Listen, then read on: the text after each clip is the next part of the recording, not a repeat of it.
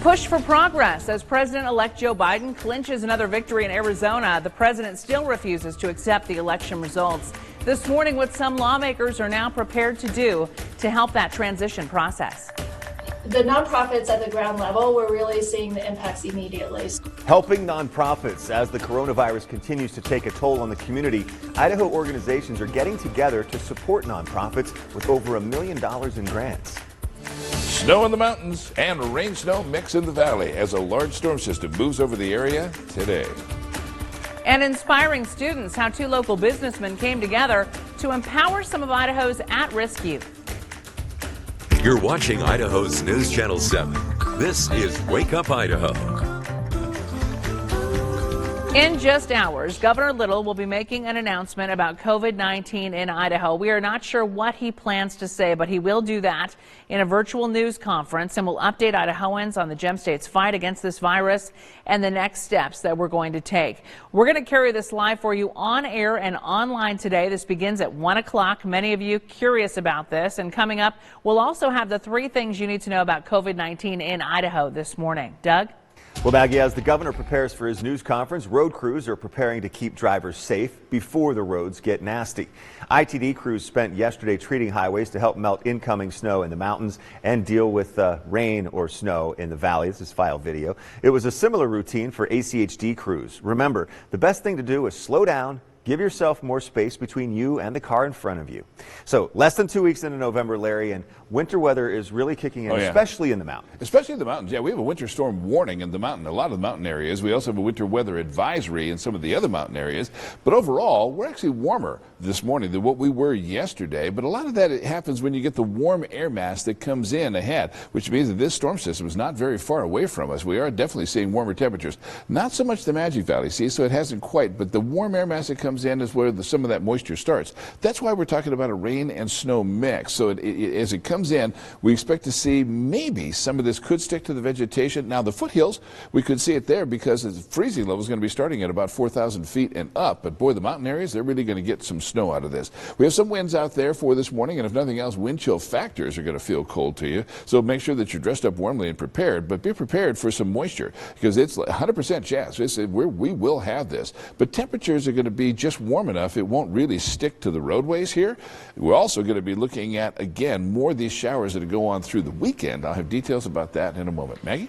All right, thank you, Larry. Well, as we gear up for Governor Little's news conference about COVID-19, here are the 3 things to know about what's happening with it in Idaho right now. We broke another COVID-19 record yesterday. Our state's positivity rate is now at 16.9%. That is the highest it's been throughout this pandemic. Positivity rates give our health officials an indication of how widespread infection is in areas where testing is being done. Health experts want it below 5%. In the meantime, Idaho added more than 1,000 new confirmed and probable cases yesterday and 16 more virus-related deaths. 2 Boise School District students will be learning remotely starting after Thanksgiving break to at least mid-January.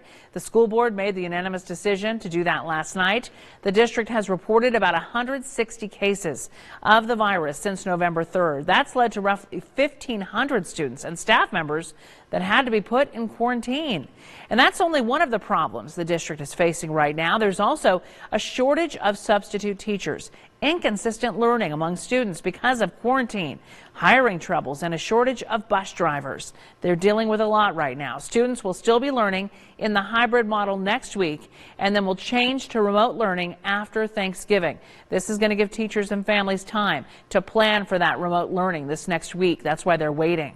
All athletics and extracurriculars have also been suspended. And 3. St. Luke's is pressing pause on elective surgeries because of a rise in COVID hospitalizations. The pause will start Monday and run through Christmas Day. St. Luke's will stop scheduling procedures that require an overnight stay but can be delayed 3 months without negative consequences. St. Luke's will contact affected patients directly. Doug? Well, Maggie, the financial, mental, and physical impacts of the coronavirus pandemic prompted the formation of a statewide partnership to help those in need. In March, the Idaho Community Foundation, the United Ways of Idaho, and the Idaho Nonprofit Center joined forces to create the COVID-19 Response and Recovery Fund for Idaho. Since April, they have given out more than $1.3 million in grants to 115 nonprofits and community organizations across the state. They plan to give out another $500,000 in grants by the end of the year. The grantees work in the areas of child care, domestic abuse support, food and basic needs, mental and physical health, and housing. And here are just a few examples of the organizations that have received grants. The Hunger Coalition in Blaine County, Cascade Food Pantry, Boys and Girls Clubs in the Treasure Valley, Life's Kitchen, Idaho Food Bank, Faces of Hope Victim Center, Interfaith Sanctuary Homeless Shelter, the Salvation Army, the Weiser Memorial Hospital Foundation, and the list goes on and on. Idaho Community Foundation President and CEO Karen Billowith says it was important that the fund be put together quickly. The nonprofits at the ground level were really seeing the impacts immediately. So, for example, one of the first things that we heard was that the food pantries in communities across the state were seeing an increase in requests for food. The other thing was that nonprofits, as you know, rely on events and other types of fundraisers to meet their budgets, as well as the quality of life nonprofits and performing arts, cultural organizations all rely on ticket revenue. So we knew the impacts would be immediate, and we wanted to get money out to the nonprofits so that they would be able to continue to deliver services without any interruption. And we saw great examples of that throughout the state. The COVID-19 Fund for Idaho is largely funded by donations from businesses and foundations. The grants range from $500 to $25,000. Sunday morning at 6:30 on Viewpoint, we'll look at how this all came together so quickly and how organizers decide who gets funding. Plus, we have details on two programs offered by the Idaho Housing and Finance Association. The Housing Preservation Program helps people struggling financially because of the pandemic stay in their homes. And the Homes for Idaho Heroes program is an opportunity for essential workers to save money when buying a house. Maggie? And now for more of our top stories in 90 seconds, our morning rush. For the second month in a row now, the median price for a home sold here in Ada County topped $400,000. The number of homes sold increased year over year, but fewer were available for purchase. That's according to data from Intermountain MLS. Multiple possible factors affecting supply are related to COVID right now.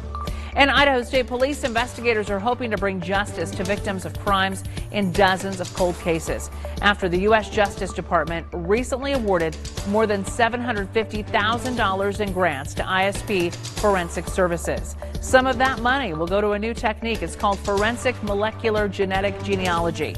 It could generate new leads in cases by connecting suspects to DNA connected from crime scenes.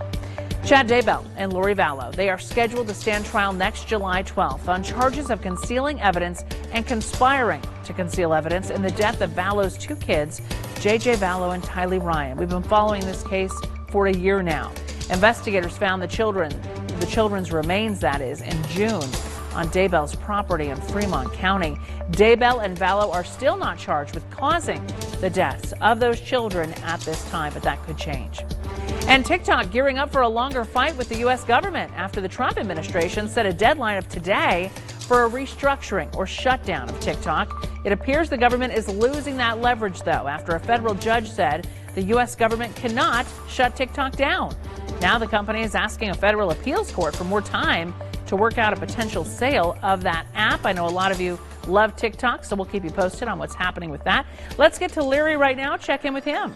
Thank you very much, Maggie. And, well, we have a big storm that's on the way. This one we've been talking about for days, and it's arriving this morning. The only thing that's different is initially we thought this storm would come in overnight, but it did get, as of yesterday, it got delayed till today and still is on its way. But as we take a look right now, temperature-wise, we're still 37 degrees.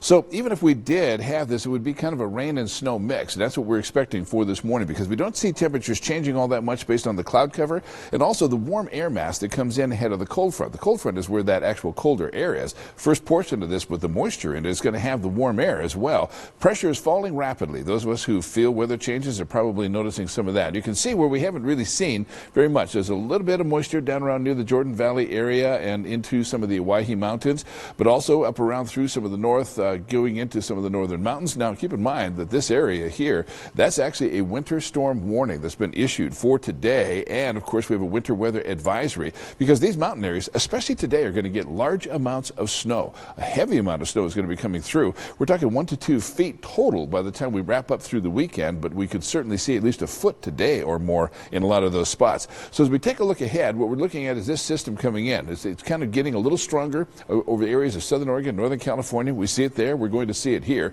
That's why we've got a 100% chance of seeing these showers for today. As we look ahead, this is going to be the first of a wave. There'll be a little bit. Now, second portion of this will start to catch up. There's not going to be as big a gap in there, but some of that will be a gap for the valleys in through Saturday. We won't see quite as much moisture on Saturday as we do today or even into Sunday. Sunday's going to have a better chance. Here's what it looks like with your 7 First Alert Futurecast. It's going to give you a pretty good idea. Now, as we look at the timing, we're pausing here at 9 a.m. This is where we definitely expect to see the showers here. Now, it could start a little sooner than that, but we'll be seeing some rain and then a rain-snow mix. Mountain areas will see some snow, but as the rest of this moves through, mostly the valleys are going to be seeing a rain-snow mix, and then there's going to be snow for the mountains. That's Saturday. See what I'm talking about, that break? Now, Sunday, more showers are coming through, but again, a little bit warmer temperatures as well for Sunday overall. So for the forecast today, as we look ahead to the Magic Valley, well, it's a 100% chance of seeing some showers, but with temperatures staying just warm enough, we could get a rain-snow mix. Now, there could be some moisture that'll stick to the vegetation, some snow in the vegetation, and possibly some roadways. Remember, the Magic Valley is about 1,000 feet higher, so closer to 4,000. That's where we expect the freezing level to be around 4,000. Now we're going to be seeing snow. At least a foot or more is going to be coming through today in the mountain areas. And, of course, the West Central Mountains, same thing. A foot or more, especially above 6,000 feet, we're going to be seeing that, so a lot of snow. And then we're going to be seeing some showers, rain, snow for the valley locations with temperatures in the 40s. Also rain, snow. High today 42 is below normal temperatures. Normal's at 49. Your 7 First Alert 7-day forecast. Here's where you see the rest of the showers through the weekend. Then take a look at this. It's an iconic shot, you know, just had to take a look from the depot down towards downtown, and certainly really looks wonderful with some of the snow in the background. So Harvin, thank you very much for that shot. Very nice shot, really. The president-elect is continuing to deal with resistance from the GOP. After the break, how it's impacting his transition into the Oval Office. Plus, giving back. An Idaho celebrity works to make a big impact at the Idaho Youth Challenge Academy.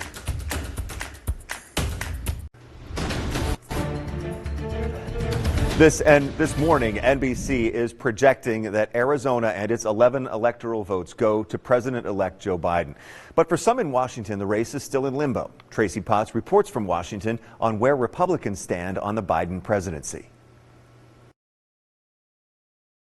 As NBC News calls Arizona for President-elect Joe Biden overnight, there's growing pressure from Republicans for Biden to get classified intelligence briefings. I do think they're going to have to work that out in very short order.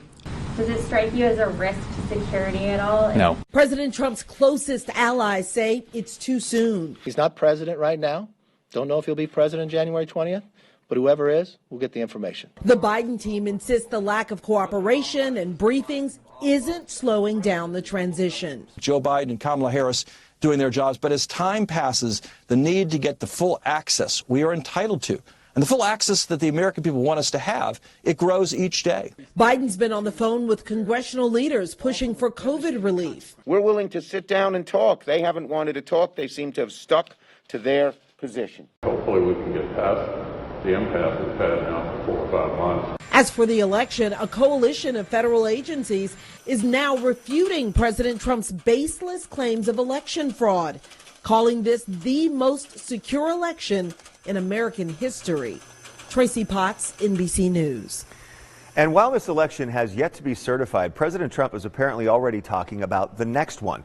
NBC News learned from someone familiar with the discussions that President Trump told advisors if Joe Biden is certified as the winner, he'll announce he's running for president again in 2024. Well, talk about bouncing back. Did you catch the Broncos game last night? If not, we're going to have a few highlights for you with Doug coming up after the break. A big win last night on the Blue. Also, Larry has your forecast as soon as we get back for the weekend if you're making plans.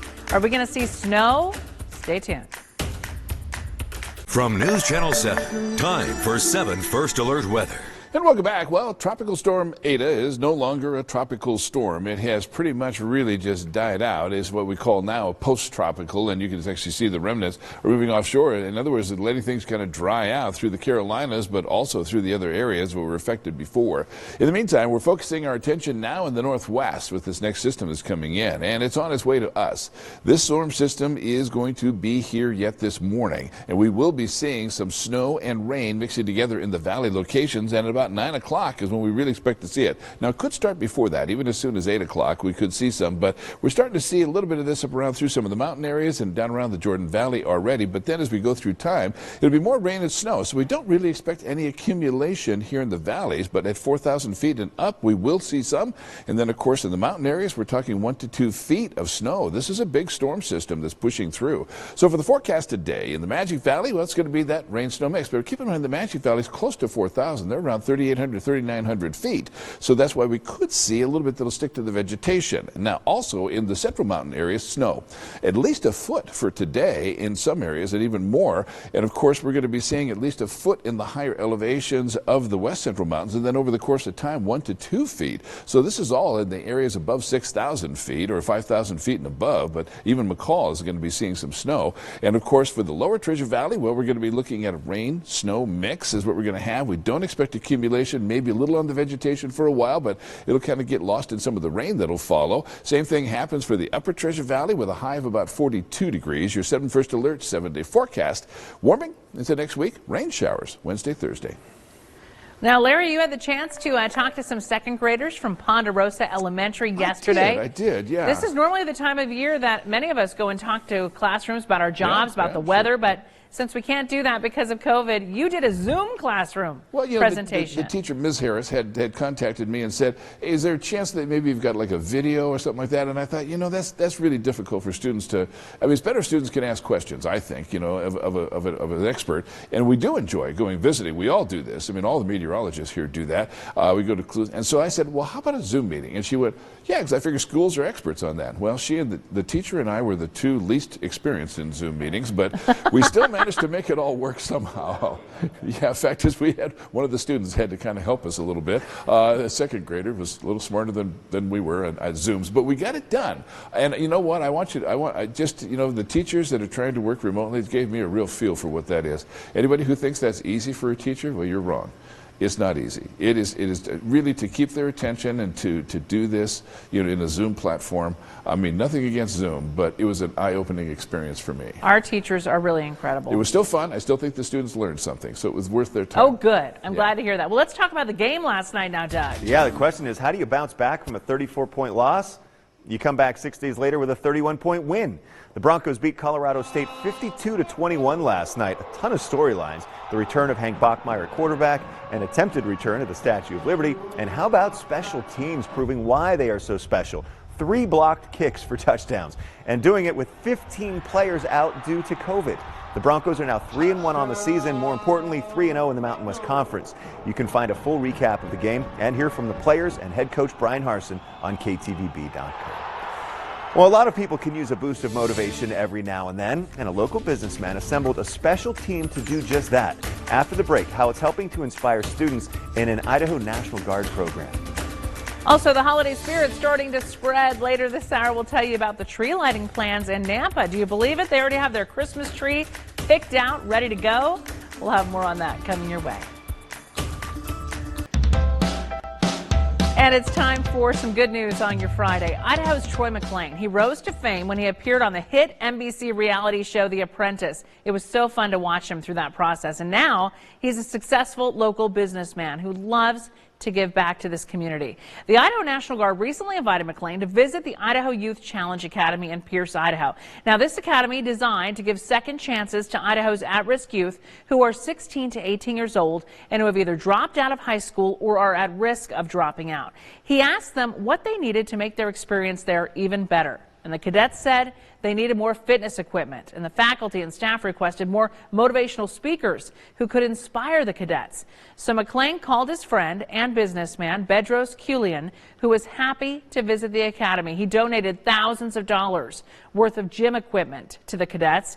McClain also put together a motivational team and flew them to Pierce to spend the day with these cadets. That team included a Navy SEAL, a U.S. Marine, and they put together a special workout session, an obstacle course in the mud designed to prove to these cadets that they can overcome any challenges that come their way. It was really an incredible day for these young people who are working so hard to rebuild their lives. Now, the Idaho Youth Challenge Academy has helped to reshape the lives of more than 1,200 Idaho teens since welcoming its first class in January of 2014. Each class a 22-week program. It's offered twice a year. More information on my Facebook page right now. But this is an incredible, life-changing program. And Meridian Middle School is finding a new way to help families in the area. They created a Hope Food Pantry that they put together with donations from the generous community. They expect to start helping families and students in need this week. They are filling those shelves, but they are accepting donations. So if you have something to give, please drop it off at Meridian Middle School. And an update for you on a story that we first brought to you in our Sevens Hero series. Zoe Ray, she's been battling a brain tumor. To celebrate powering through Zoe's 1,000th day of chemo, her mom asked people on Facebook to send a postcard or a letter with some words of encouragement, and you did. She ended up getting over 2,000 letters from people all over the country and the world. And this week, she got some scan results showing that her brain tumor is shrinking. So incredible news for little Zoe Ray. She is truly a ray of sunshine. Well, we want to give a special shout out to a couple celebrating their 60th wedding anniversary today. Meet Bob and Linda Sauer. Their family tells us they are the example of love and patience in a marriage. So what relationship advice would they give us? Linda said, God gave everyone 2 ears and 1 mouth. So I guess that means we all need to listen to each other a lot more. Very good advice, Linda. Happy anniversary to the two of you. We hear they do love to watch Channel 7, and we appreciate you. Do you have good news to share? If you do, text it our way, 321-5614, or share it with me on my social media. I'll see it there, and you might just see it here on the show. Add another check mark in the win column for Joe Biden. NBC News is calling Arizona, and this morning a look at efforts to ease tensions in D.C. as the president refuses to accept this loss. Well, the snow is coming to the mountains, and a rain-snow mix is moving into the valley as a large storm system moves over our area starting today. And Freaky Friday. We'll connect the dots on why we're so superstitious about Friday the 13th. You're watching Idaho's News Channel 7. This is Wake Up Idaho. Good morning, everyone. So far, so good on the interstate today. As you can see, traffic is flowing well, and conditions are dry here. Not the case everywhere, at least farther west. And Larry, you're keeping your eye on a winter storm warning for the mountains. Yeah, we are, as a matter of fact, because of the fact that we are seeing a heavier amount of snow. We're talking 1 to 2 feet in a lot of those mountain areas, and so that triggers that. But in the meantime, as you take a look at the temperatures, this is the 24-hour temperature change. This is how much warmer we are than we were yesterday. But the big indication there is because there's clouds out there, number one, and also number two, we have that warm air mass that comes in ahead of the cold front, which is why we're calling for rain and snow mix here in the valleys. That's where we're looking at temperatures are into the 30s. Now, still kind of cold at Mountain Home, and you'll notice that warm air mass has not made it to the Magic Valley yet. They're still down into the 20s this morning. Again, still warmer than yesterday, but as we see some of the winds, those wind chill factors are going to be quite noticeable, so make sure that you're prepared if you have to be outside for a while. But also, we are going to be seeing showers. This is going to happen. 100% chance of showers. It's going to be a rain-snow mix throughout the day, kind of on and off, but the mountain areas will get quite a bit more snow. I have details about that in a moment. Okay, Larry. Well, although the presidential election has been called for some in Washington and across the country, the race is still in limbo. And here are the 3 things to know right now about Decision 2020. President-elect Joe Biden is the projected winner of the state of Arizona. That makes him the first Democrat elected president there since 1996. With 99% of the vote in now, NBC News is calling it for Biden. The Trump administration now facing growing calls to help with the transition of new President-elect Biden. Although President Trump's closest allies say it's too soon, pressure is mounting for Republican lawmakers to take a stand here. Now at least a dozen GOP senators are saying Biden should have access to classified intelligence briefings. As for the election, a coalition of federal agencies now refuting President Trump's claims of election fraud, calling this the most secure election in American history. A full by-hand recount of the presidential election ballots will now get underway in Georgia today. The margin between President-elect Joe Biden and President Trump there, just over 14,000 votes. Biden is in the lead there. Georgia instituted a new audit process, which the Secretary of State says is intended to ensure election integrity. Counties in Georgia will have until Friday to certify their election results. So they have a lot of work to do in this next week. State law mandates that the Secretary of State must certify the full state results by 5 p.m. on November 20th. So the by-hand recount has to be done before a week from today. And the EU, the European Union, responding to the election results and says it looks forward to better relations with the U.S. under the leadership of President-elect Biden. The EU also expressed hope that the presidential transition will not be bumpy. The EU Foreign Affairs chief also congratulated Joe Biden and Vice President Kamala Harris on the win. Doug? Maggie, it's time now for more of our top stories in 90 seconds. This is the Morning Rush. Former Trump campaign manager and longtime ally Corey Lewandowski has tested positive for COVID-19. Lewandowski has also been closely involved in the president's legal challenges of the election. He's just the latest in the president's circle to test positive for COVID. The Department of Justice says former federal prosecutors did not break the law when they made a deal with Jeffrey Epstein more than a decade ago. That deal in 2008 allowed Epstein to avoid federal penalties for alleged sexual misconduct. Instead, he pleaded guilty to charges in the state of Florida. The DOJ says it was bad judgment, but not done illegally. 7 people were killed, including 5 Americans, in a helicopter crash in Egypt. It happened during a peacekeeping mission. An 8th person, also American, survived and was taken to a hospital. Officials say it looks like the crash was just an accident, but there's no word on what caused it. And 1 person was killed when a small plane crashed in California. Surveillance video you're seeing here captured the moment that plane went down Thursday afternoon. The only person on board died at the scene. Then it burst into flames there. The crash cut nearby power lines and destroyed several cars. An investigation into that crash is underway. And NASA astronauts are getting ready for an historic launch. The first ever charter flight to the International Space Station will have 3 Americans and a Japanese astronaut. It's the first time ever that NASA has used a shuttle designed by someone else. The SpaceX launch is set for tomorrow evening from Florida. That is your Morning Rush. Let's get back to Larry for a look at our forecast. Snow in the mountains and lots of it today, huh? Yeah, there is. As a matter of fact, we're talking about over a foot of snow for today. Today's going to be the biggest day out of the next 3, but we are talking about maybe as much as 2 feet of snow in the mountains between today and Sunday. And we'll show you all of this in our future cast is what we expect, but we're also looking at dry conditions so far right here, but not in all areas. Eastern Oregon is already getting some of these showers. There's a few through the mountain areas, even around in the Jordan Valley. We're starting to see some near the Owyhee Mountains, but 37 degrees is what we have right now. Pressure is falling rapidly. Now, those of us who feel weather changes, you're probably feeling some of these bumps along the way. But you can actually see we don't really see very much just yet. Now, some of this, again, is kind of still moving around. We got a little bit more in Owyhee County, a little bit up around through like Valley County, Washington County is starting to see some of this. But again, a lot of the valley locations are not. And we do expect. Now, some of this is coming down as snow, but it's just warm enough. It's still kind of melting as it reaches the ground. Now, at about 4,000 feet and up, it is going to stick a little bit. You can actually see that it's still moving through the area. Now, as it comes off the edge of the blues, that's where we start to pick it up in radar again. There's no radar, not very good radar in the blues, so it's hard to see there, but we definitely know we're seeing showers coming through there, and there's going to be more on the way. As we look out a little bit wider, this is really the first wave that's coming through, but this is going to have the biggest impact because it's pulling moisture from out of the northwest along with this as it comes through the area. We'll get a little bit of a break. Now, this is going to narrow, the gap is going to narrow on this. We'll still see some activity, but most of that's going to be Saturday, and it's going to be the valley locations that won't see as much. The mountains will. Looking ahead to our 7 First Alert Futurecast, our computer model is going to show us that about 9 o'clock this morning, that's where we definitely expect to see these showers. It could start a little bit earlier, and in some areas it already has. As we move through time, it'll be rain, snow, mostly in the valley locations. This is Saturday. Saturday is where we're going to see a bit more snow in the mountains, not as much in the valleys, and then more rain, snow mix into Sunday. Sunday's actually going to be a little bit warmer.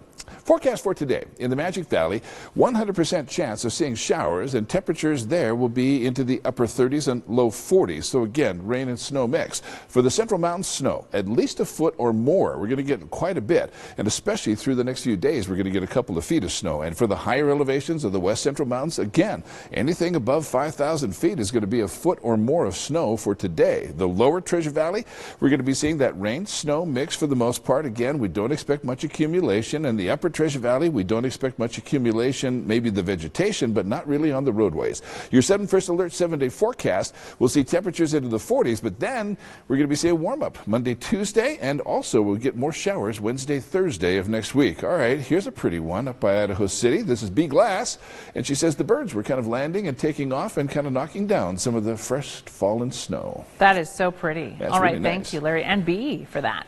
Well, after the break, it's beginning to look a lot like Christmas, just like that picture was. The iconic Rockefeller Christmas tree has started its journey, how you can watch it when it's lit this holiday season. Also from Idaho all the way to Hollywood, hear from an actor with Boise roots. He is getting big-time screen time in a movie that's already getting Oscar buzz. This is a fun story. Stay tuned. Well, check this out. Right now, the tree that will light the iconic Rockefeller Center is on its way to the Big Apple. The family who owns this farm donated the 75-foot-tall Norway spruce. The annual lighting ceremony isn't going to be public this year, but you can watch it live on TV right here on Channel 7 on December 2nd. People look forward to that. Doug?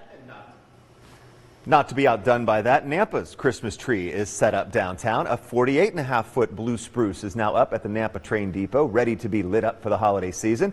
The city will not host a formal Christmas tree lighting ceremony this year, but a virtual tree lighting is planned. Ben and Brooke Fisher donated the tree. The lights will be on in time for Thanksgiving weekend, which includes Shop Small Saturday. Nampa Mayor Debbie Kling is challenging other mayors in the valley to show support for local businesses by spending $100 in $2 bills as part of the $2 challenge from our news partners, the Idaho Press. Well, playing outside has made a big comeback this year with the virus, getting out and getting some fresh air, and there's a new place to do that in West Boise's Hobble Creek Park. Mayor Laura McLean joined city council members and people with the Boise Parks and Rec Department Thursday afternoon to cut the ribbon on the Hobble Creek pickleball and tennis complex. It has 2 tennis courts, 12 dedicated pickleball courts. I had no idea pickleball was so popular. Oh, yeah. And bleachers for 2 championship pickleball courts. There's also a new playground accessible for children of different abilities, which is so important. Private donors covered some of the cost of those facilities. Hobble Creek Park off of Chinden Boulevard between Eagle Road and the West YMCA if you want to check it out. That's a good looking park there. Well, it may be a bit cold to head to the park, so maybe it'll be a movie weekend. There's a new movie on the edge of release that is already getting Oscar buzz. Mank stars Academy Award-winning actor Gary Oldman, who plays the colorful screenwriter Herman Mankiewicz. He, along with legendary actor Orson Welles, won an Oscar in 1941 for Citizen Kane, considered one of the greatest films in American history. And this star-studded cast includes a Boise native. Randy Davison is a Capitol High and Boise State grad who plays the maitre d' at the famed Trocadero nightclub in Mank. Our Mark Johnson caught up with Randy on what it's like having a speaking role in a movie alongside an Oscar winner, Gary Oldman, and in a movie getting Oscar buzz. Oh God, I was pinching myself while I was doing it. It was so surreal because Gary Oldman is one of my absolute favorite actors of all time. So when I met him, we did our first rehearsal. I said, Mr. Oldman, I just want to tell you it's a dream come true to work with you. You are one of my favorite actors of all time, and it's an honor to speak to you in a scene. And he was so gracious. He put his arm around me. He said, "Oh, that means so much to me. I'm Gary." I'm like, I know. I know who you are. But Randy is also in another upcoming biopic getting critical acclaim. The United States versus Billie Holiday is scheduled to be released in February. He plays Senator Joseph McCarthy in that film, which is based on the federal witch hunt in the 50s to lock up singer Billie Holiday. Mank, by the way, premieres a week from today at the Flicks in Boise and then goes to Netflix in December. So kudos to Randy for his success. Yeah, so fun to see a Capitol High grad, a Boise State grad making it in Hollywood. That is cool. Well, COVID, record-breaking hurricane season, murder hornets. I could go on and on. It's been a long, rough year for us, hasn't it? Did we mention today is Friday the 13th? I probably shouldn't tell you that, but after the break, we're going to tell you why this day makes people a little more on edge. And Friday the 13th has this pup jumping headfirst into the weekend. Check this out. A great shot here. Look at that. He's got some height there. Thank you. He's got the hops. You're right. Thank you for sharing using the hashtag 7fall. You can also share your pictures by sending them our way via text 208-321-5614. Well, don't walk under any ladders or spill any salt today. It's Friday the 13th. It's supposed to be one of the most unlucky days of the year. But why does this day make people so uneasy? Let's go ahead and connect the dots for you on that. Today, people will avoid getting married, traveling, and even working because it's supposed to be unlucky. So why did people become so afraid of Friday the 13th? Let's connect the dots. The number 13 has a long history of being the odd one out. Historians aren't 100% sure when this all started. They think it might be from when the calendar was created. 12 just worked out so well that an oddball prime number following it just seemed out of place. And Fridays have supposedly been unlucky since biblical times. It's supposed to be the day of the week that Jesus was crucified. So when the two collide, a lot of people think it's a recipe for disaster, which is just bad news since any month that starts on a Sunday will have a Friday the 13th. And that's connecting the dots. By the way, Friday the 13th costs businesses an estimated $800 million a year. Do you believe that? Since people are kind of scared to do things on this day if they're superstitious. I don't really pay attention. Do you guys? No, well, yeah, no, I don't know. To a certain extent, I guess maybe a little bit. Yeah, probably. You do? Yeah, You're I'm a superstitious kind of a person. So there was a great cheesy movie called Saturday the 14th. Yeah, back in the 80s. Which was is that one of your favorites? No. I predict everyone's going to have a great day with nothing bad happening. I don't know. I had a friend who just closed down things at Camp Crystal Lake, said he's going to come by and visit. I said, well, you got to wear a mask. He goes, well, I've been wearing a mask for years. Uh-oh. Boom. Jason. Jason, yeah. How'd you know? Oh, anyway, the big storm is on the way, and we're going to be looking at some showers of snow and rain here in the valley, but we're also going to be looking at, again, some snow in the mountains, and quite a bit. We're talking about a foot or more. Pressure's falling rapidly. We have our temperatures at 37 degrees, so yeah, that's warm enough that it would be just a rain-snow mix. Here's what it looks like in the time lapse. You can actually see where some of this moisture is starting to just begin to make its way towards the border. Some of the areas up around towards the north it already has, Washington County, moving into Valley County. We're also going to be looking at these showers today, starting this morning still. We still expect it. And it's going to be 42 for your daytime high. 7 first alert, 7-day forecast. Well, definitely snow through the weekend in the mountains and rain-snow mix in the valley. Thank you, Larry. Time to see what's brewing this morning. Some people find it's the third time's the charm for something to work. For others, it's the 15th time. At least that's the case for this Michigan couple. After having 14 boys, 14, they expected their 15th child to be the same. But number 15 shocked them both because it's this adorable little girl. She will have plenty of protective big brothers to look out after her. Yeah, no doubt. That's for sure. But 15! Wow. I thought I had my hands full. I'm an amateur compared to that woman. Well, wow. But now you know what you need to do, Maggie. Oh, my goodness. I don't know about that. Well, 15 kids is a lot of mouths to feed. So is this. Look at this. This Canadian man, he has a family of raccoons that depend on him every day. He calls himself the Raccoon Whisperer. He and his wife discovered some of these orphaned raccoons years ago. They started this hobby, and when his wife passed away, she asked him to please carry on the tradition to keep taking care of them. He's feeding them hot dogs here. Yeah. Now, you shouldn't just feed wild animals. We know that. But he actually treats the animals for a variety of ticks, diseases, parasites. Looks like they're pretty well fed. They look very snuggly, yeah, they don't look they? Pretty healthy. He also lives far away from other people, so the raccoons don't visit anyone else. And it just makes them feel good to take care of them. It looks like they've been eating a lot of hot dogs. It does. Actually, Aren't they counted quickly. It looked like there were 13 of them. Oh, my. Oh. Ooh. And he's wearing a hat. All right. For number 14, Larry, it's a raccoon raccoon. Yeah, okay, so you got the hat. So I guess that works out. All right. Well, this is like stealing candy from a baby, or at least a porch. This coyote was caught on camera actually coming up to a Texas homeowner's front porch, and apparently was candy left over from Halloween that was left outside to share with delivery drivers. However, this guy decided that he had another plan. And so the next morning, the family found wrappers scattered all over the yard, checked the security video, and there he was, Wile E. Coyote. Yeah, getting his candy fix. Got a coyote hopped up on sugar right now. Yeah. Well, instead of the boy who cried wolf, this town in Japan has the bear who cried robot wolf. Wow. Yep, they've deployed a robot wolf with flashing lights to scare away bears from coming close to town. maybe children too. This monster wolf has infrared sensors that detect moving animals. It's Oh, programmed wow. with more Goodness. than 60 different sounds. It belongs in a haunted house. Yeah. It moves its head, makes noise, flashes beams of light at animals Oh, nearby. my word. And the city says since they've added the robot wolf, there haven't been any bear sightings. Yeah, I'm guessing that would be true. Or any tourists. Any living people. Yes, what I mean. That's a different Okay. take on a scarecrow.